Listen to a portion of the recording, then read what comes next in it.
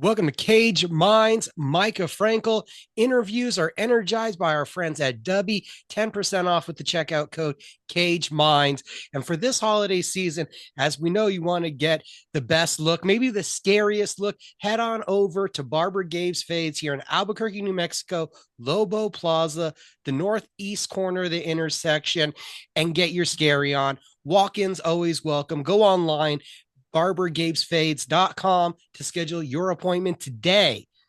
Well, actually, do that after this great interview because we got a clash coming to Albuquerque. The first time we get a Kartel Clash, we got some grappling, all ages, huge day. And to help give us all of the details, Alex Solis, who's the head man in charge of everything going on there with the cartel, will tell us all about it. How are you doing this morning, sir?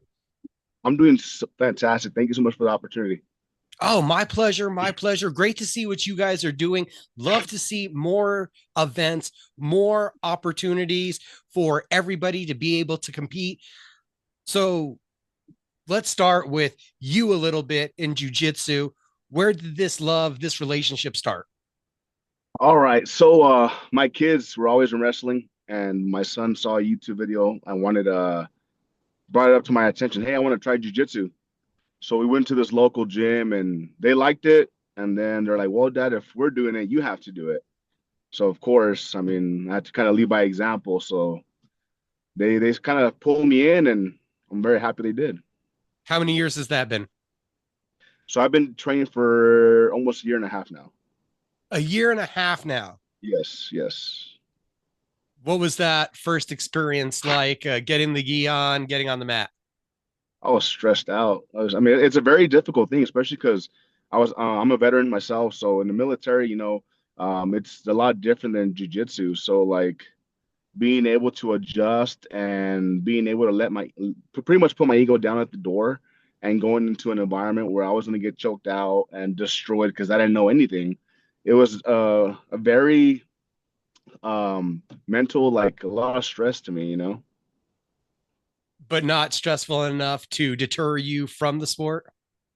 No, I fell in love with it. I fell in love with it. I fell in love with the people, and what made me fall more in love with it was seeing my kids enjoying it and me showing them that I'm their dad. They think I'm the Hulk. They think that I'm invincible. But for me to be vulnerable and let them know that hey, like even I lose too, but it's about getting back up. That's kind of what made me fall in love with it, just being the example for my kids.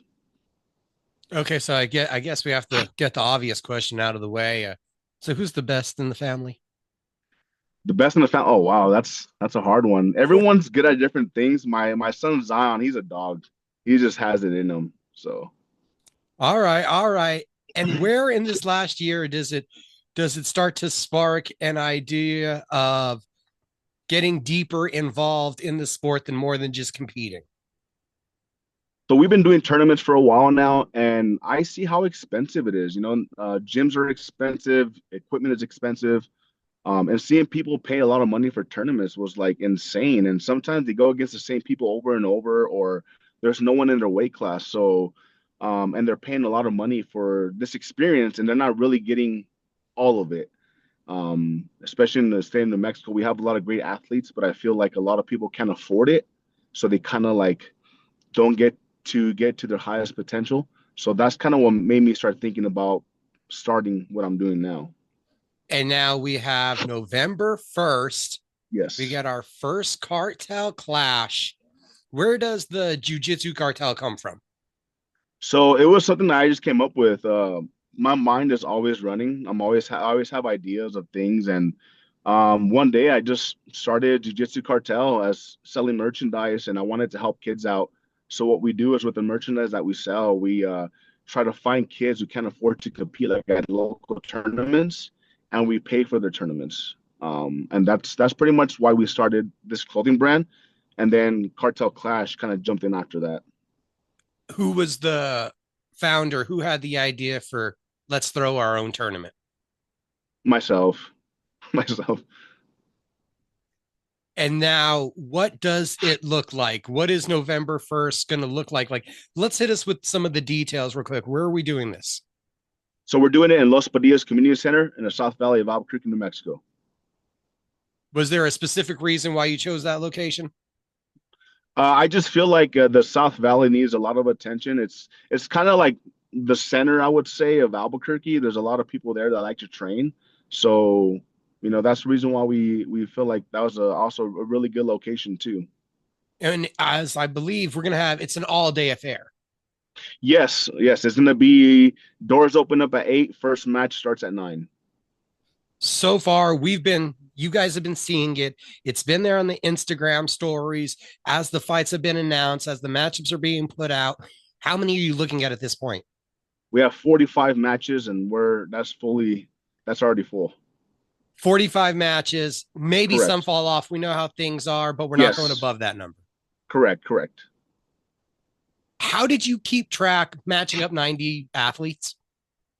Honestly, I mean, I have an app. I'm very I'm very focused on this. Want to make sure that everyone has a good experience. So my wife helped me out a lot as well. So 45 matches, and this is going to be individual, one at a time, everyone getting center stage, not multiple going on at once, right? Correct. What do the rules look like? That's always hugely important. Obviously, in jiu-jitsu, we always have a lot of conversation, and we'll lay out the rules. And I'll tell you, there's still going to be debate between coaches about the rules for 10 minutes before a match. But what do the rules look like right now? Of course. So pretty much it's going to be broken up into 3 different categories: kids, teens, and adults, right? Kids, no leg locks for kids, nothing like that. No standing guillotines. No, I want to make sure the kids are safe. Same thing goes for the teens. Like, I mean, the only way it changes is if some of the coaches don't agree to the rules, which is fine as long as they agree during the event. It's good to go. The adults is going to be, you name it, you can do it. Just no striking, no kicking, any of that. You can slam each other. The only way you cannot slam somebody is to get yourself out of a submission. So if someone has you in a triangle, you cannot pick someone up and slam them, because I don't want anyone to get hurt. I don't want anyone to get hit on the head or any of that. So we're definitely trying to make sure it's as fun as possible, but at the same time, make sure everyone is safe. So no slams, arm bars, triangles. I think those are the guillotines. No slamming anybody Yeah, to get just out of to them. exactly. Those are the only ones. The only way you cannot slam. All right. How long did it take to decide with the people that are helping you out on how the direction of the rule set should go? It took about 30 days. I had my buddy Sal Mora help me out with that as well. He's been in the sport for a very long time, so obviously I see him as a mentor, as well as my professor Ox out of Sindalu. They're definitely my mentors. They've been in this game a lot longer than I have, and I'm very hungry, so they kind of keep feeding me. So I love it. Are the nerves comparable that first time getting on the mat to this feeling of first time putting together to run your own event? I would say it's more stressful for me because it's started like I want to make sure everyone has a good time. I want to make sure everything goes as planned. Not everything goes as planned as always. We all know that.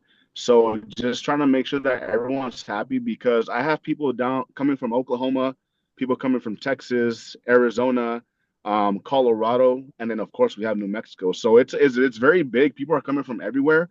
So I want to make sure that everyone that's traveling is, it's make sure that it's worth it for them. Oh, I did a horrible job of selling this then. So we're talking about an inclusive Southwest grappling event. We're bringing people and even a little bit of Midwest, as you're saying, Oklahoma. So this is huge. How did Yes, it you is. in a year get connections to be able to reach out to so many different schools to be able to make an event like this? It's just people that you meet traveling. My wife and I, we do a lot of traveling because my daughter's a competitive dancer. So we travel, we do a lot of open mats, we meet a lot of people. So that's kind of how it goes. I talk to people on Instagram all the time. I sponsor kids from other states as well too. So that's kind of where it started growing. And I want to have another tournament probably February or March. And we're gonna blow the roof off of this one. This one's gonna be essentially kind of like CGI. We are days out from one, and two is already being talked about, people. Two is already being talked about. When did you really know that you wanted to take off this hard in jujitsu, that you're that into it, that open mats, other states, that's some real dedication? like I said, my kids, I just fell in love with the sport. I wanted to do something that's better than me, bigger than me. I'm a person that I fell many times, but I want to just continue to get back up and be an example for my kids, be an example for other people. Um, my day starts at 4 o'clock in the morning and it ends at midnight every day. And it's all because not just work, but jujitsu and my kids. So, I want my kids to see this. I want other people to see that it is possible. And to be honest, I love the jiu-jitsu community. The people are amazing, and I just don't want any of us to get ripped off on paying all these tournament fees. So that's the reason why we're doing this. What has surprised you the most since getting involved in joining the jiu-jitsu community? This how like how much mental health plays into this sport. Like I myself, like I'm a veteran, I have PTSD, so it's helped me tremendously. And the more people I meet, they kind of are in the same path as I am, and it's just great. It's a great culture. I love the people, no matter the experience or the level. There's amazing people, especially in this state. Is this something that you've started to then share with other veterans that you know how helpful it's been? Yes, I have. I have. And how's the response been? They love it. They're just obviously they're scared, because they're entering a different realm. And it's just encouraging them, letting them know. A lot of my friends are deployed right now, so once they return, they will definitely be attending jiu-jitsu facilities. But was that surprising to you, like how it helped, not just the family aspect getting in there, but that mental health aspect? 100%, because it's changed my life, and that's the reason why I'm doing what I'm doing. Deep love of jiu-jitsu. It's come together really quickly. November 1st approaching. What is your expectations for the first event? Obviously, we're learning, but you learn every event. You got to make adjustments and learn to make it better for the next one. So right now, it's always about scheduling, timing. I'm assuming it's going to go like I mentioned previously. Not everything goes as planned, and that's okay. You gotta, as a promoter, you gotta be okay that not everything goes according to plan. So that's just the biggest thing. I have a great support system. I have a great team. We have great people that follow us. Like I said, that's the reason why I believe that all of us are a cartel. Combat sports promoting, it's an interesting realm, everybody, because this is one of those events, all of them, whether it's from jujitsu all the way to boxing, you have to prepare for things to go really quickly or really long. It's going to be a really fast night or a really slow night. You never know.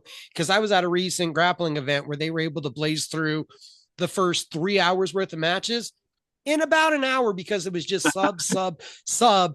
And then you're kind of surprised. And on the other hand, I've seen things get pushed back. Oh, I was supposed to grapple now. Well, it's about to be in 30 minutes because everyone's going to the decision. We didn't know it was going to take this long. And there was a foul, there was an injury, and things just get elongated. So you prepare for everything? Bring it, man. I'm ready. I'm ready for this. For the fans, what do they need to know about ticket prices? So ticket prices, we're not going to charge anything at the door. What we are asking for is a donation. Like I said, everything that we're doing to raise money for this event, we're going to do a toy drive for the kids, and then we're also going to do a turkey drive for people who are in need to that can't afford turkey for the holiday or holidays. I've already put out on our podcast that we're going to be asking people to come help us out to hand out turkeys. That way, everyone's part of this movement. Everyone's part of this moment. Where can people get more information, more details, and follow the Jiu-Jitsu Cartel? So if you go on Instagram, type in jiu-jitsu underscore cartel and you'll find us. Follow us there. DM me if you have any questions. We also have a TikTok, Jiu-Jitsu Cartel. Follow us there as well. And that's where you can get a hold of us. November 1st, the first event, the debut of the cartel, the ribbon cutting. And it sounds like the second show is already in the works. Alex Solis, appreciate you. Thank you so much for the time today. No, thank you so much, brother. I appreciate you and continue doing what you're doing, brother. Thank you. Thank you. We will.